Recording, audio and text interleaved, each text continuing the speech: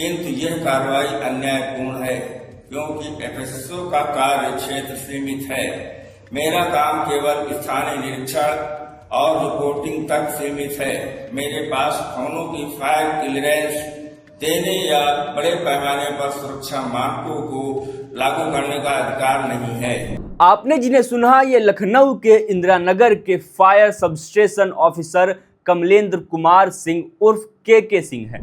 कमलेंद्र उन अधिकारियों में शामिल हैं जिन्हें लखनऊ अग्निकांड मामले में उच्च अधिकारियों के निर्देशन में सूबे के मुख्यमंत्री योगी आदित्यनाथ के आदेश पर सस्पेंड कर दिया गया है। यह मामला यही खत्म नहीं होता बल्कि और तुल पकड़ने लगता है जब कमलेंद्र कुमार सिंह ने एक पत्र लिखकर व वीडियो जारी कर उच्च अधिकारियों पर आरोप लगाया तथा मुख्यमंत्री योगी आदित्यनाथ के फैसले को गलत, अन्यायपूर्ण और एक तरफा बताया। मुख्यमंत्री को लिखे पत्र में एफएसएसओ कमलेंद्र कुमार सिंह ने सीधे सीएफओ यानी चीफ फायर ऑफिसर को इस पूरी लापरवाही और हादसे के लिए जिम्मेदार बताया। उन्होंने अपने पत्र में कहा कि इस मामले में निचले स्तर के अधिकारियों को बलि का बकरा बनाया जा रहा है, जो सरासर गलत है। जो इस घटना के असली गुनहगार हैं, सरकार को उन पर कार्रवाई करनी चाहिए। उनका दावा है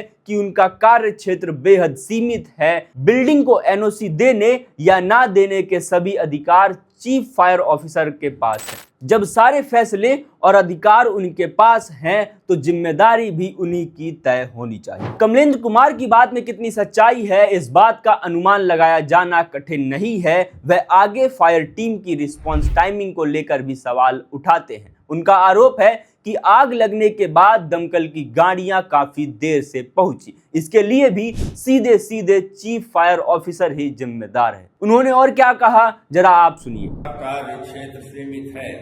मेरा काम केवल स्थानीय निरीक्षण और रिपोर्टिंग तक सीमित है।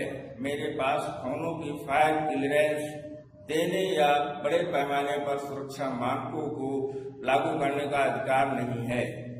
मुख्य जिम्मेदारी सीएफओ लखनऊ की है। सीएफओ ही पूरे शहर की फायर सेफ्टी व्यवस्था और भवनों को फायर क्लियरेंस देने के लिए जिम्मेदार होते हैं। इस इमारत को आवासीय उपयोग के लिए पास किया गया था। उसे वर्षों से अवैध रूप से व्यावसायिक उपयोग में लिया जा रहा था। यह तथ्य सीएफओ के संज्ञान में होना चाहिए था। आग लगने के बाद दमकल प्रक्रिया में देरी और समन्वय की कमी सीएफओ की सीधी लापरवाही को दर्शाती है। ये निवेदन है कि छोटे अधिकारियों जैसे मेरे विरुद्ध की गई कार्रवाई पर पुनर्विचार किया जाए। घटना की संपूर्ण जिम्मेदारी लखनऊ सीएफओ पर की जाए। सीएफओ के विरुद्ध कठोर विभागीय एवं कानूनी कार्रवाई की जाए।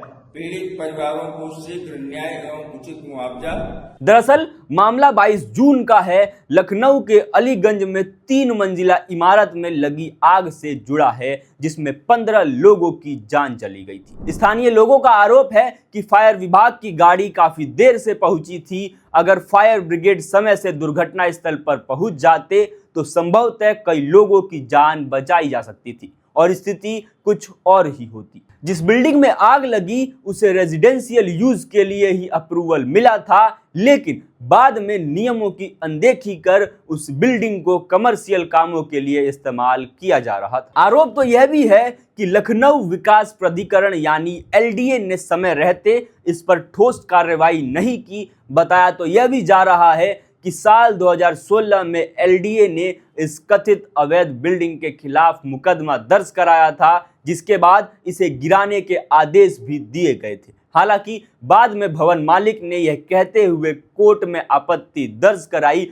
कि उन्हें सुनवाई का उचित अवसर नहीं मिला और निर्माण स्वीकृत मानचित्र के अनुसार ही है। इसके बाद 5 जुलाई 2016 को भवन तोड़ने के आदेश को खत्म कर दिया गया था। अलीगंज अग्निकांड के इस मामले में मुख्यमंत्री ने कार्रवाई करते हुए 4 अधिकारियों को निलंबित कर दिया। लापरवाही बरतने के आरोप में निलंबित किए गए 4 अधिकारियों में से सेकंड ऑफिसर कमलेंद्र कुमार सिंह भी हैं। हालांकि अब कमलेंद्र कुमार सिंह द्वारा मुख्यमंत्री को भेजे गए पत्र के बाद मामले में नया मोड़ ले लिया है। पत्र में लगाए गए आरोप और उठाए गए सवालों को लेकर प्रशासनिक और फायर विभाग में चर्चा तेज हो गई है। बहरहाल फायर अधिकारी दुर्घटना स्थल पर देरी से पहुंचे, उसके पीछे कई कारण हो सकते हैं, लेकिन घटना स्थल पर पहुंचकर अधिकारियों ने मोर्चा संभालने का पुरजोर प्रयास किया। लेकिन इस दर्दनाक हादसे के लिए जिम्मेदार लोगों के जवाबदेही कब तय होगी, इसका इंतजार रहेगा। इस मामले से जुड़ी जो भी अपडेट्स होगी हम आप तक पहुंचाते रहेंगे। तब तक के लिए देखते रहिए। धन्यवाद।